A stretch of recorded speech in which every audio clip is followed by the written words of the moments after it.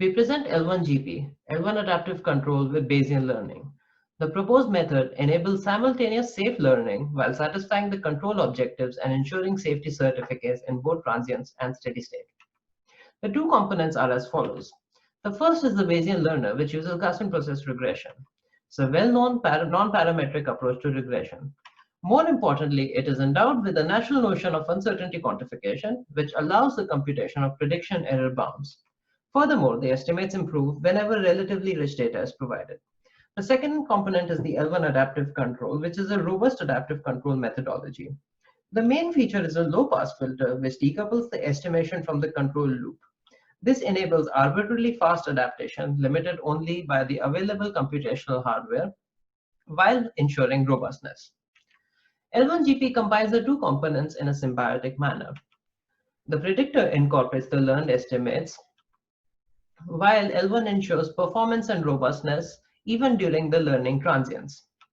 More importantly, the fast adaptive element compensates for the initial lack of learning. This way, the fast adaptive element of L1 acts as a safety net during learning transients. GPR, on the other hand, brings forth its own well-known benefits. It uses the data stored in the kernel matrix, and its estimates improve whenever data from uncertain parts of state space arrive. It is non-parametric nature by general, therefore does not need a priori assumptions on the structure of the model uncertainties.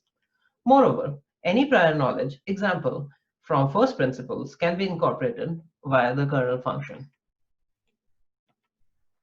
The method is as follows. The Bayesian learner via GPR provides the estimate of the nonlinearity of the uncertainty in the form of the predictive mean function.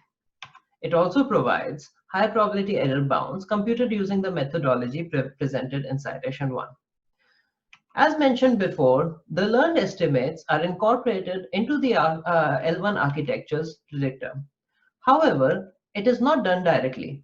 Instead, the learned estimates are low-pass filtered and then incorporated into the system. The filter for incorporation of the learned estimates is given as follows.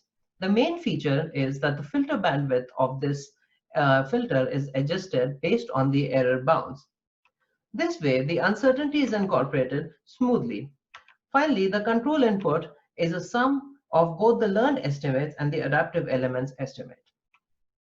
We now present the simulation results.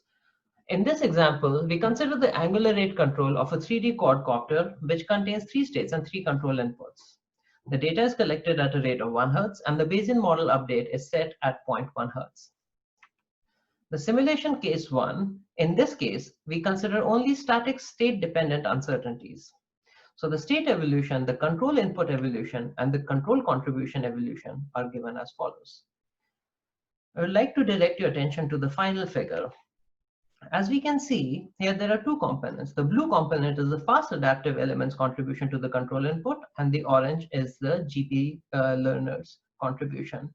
Initially, when there is no sufficient data, the L1 adaptive element is the one that solely compensates and controls the system.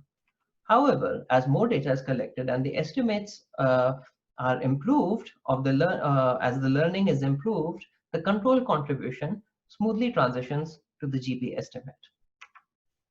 In the second simulation case, we would like to highlight a major property of the L1GP architecture, which is its ensuring of the stability of the system in the presence of uncertainties. So in this case, we switch the model uncertainties at the time instance of 35 seconds.